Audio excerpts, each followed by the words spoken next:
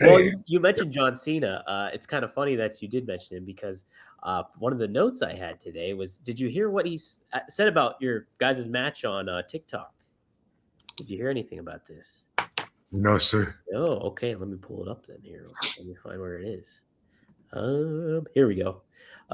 So let's see here. So this is what he. So apparently, what John does on TikTok, he'll kind of recap his matches or like cover some of his matches that he had. Sure enough, this week he talked about One Night Stand. So here's his quote. So here's a moment that's probably most talked about in my career in WWE. ECW One Night Stand.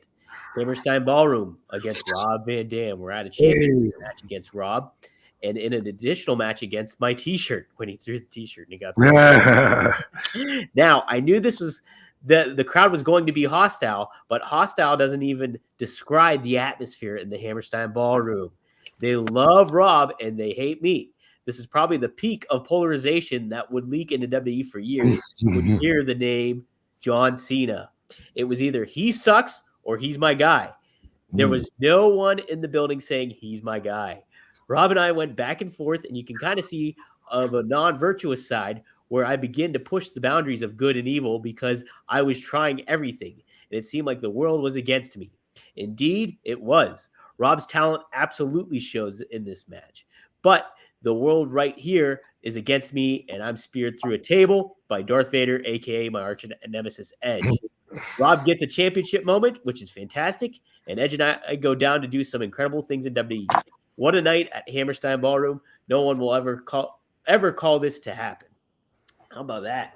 So, wow, man, what he? How long is the fucking TikTok video? I was thinking they were all shorts. That's yeah, all. there are. I know. Well, Oh, they they can are. go up to 10 minutes now. Oh, okay. But And he's speaking like into the camera or what? he's speaking into the camera and stuff. Cool. So yeah, Cool, so cool. he covered it up. If I can find it, I'll send it to you. And I guess yeah. Rob, that's kind of like what I was asking about. Is I think I was talking about energy in a different way. Maybe I'm almost referring to it as electricity, but like that's the perfect example. Is that night is like, can you describe from an energy from that standpoint of being in that position on that night to have all that be directed just right at you as like a lightning rod of energy? Like, can you still put yourself back in that place and feel what that was like in that moment and describe that feeling? Because I feel like that's something that less than 0.01% of people will ever feel in a lifetime.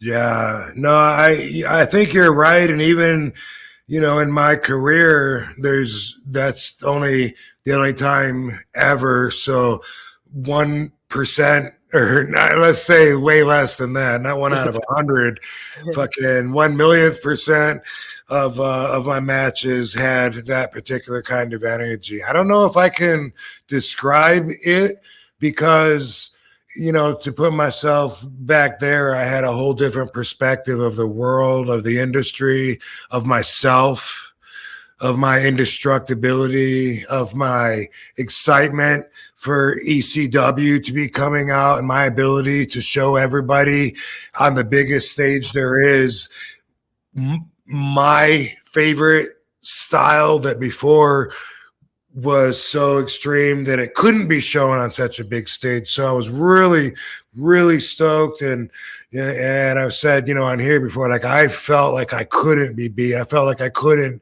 get hurt. And all those people, they were all my people. So I felt, I felt outstandingly excellent in a way that I felt better probably than, those people's energy made me feel better, for sure. Absolutely. They reassured to me that I was the whole effing show to them.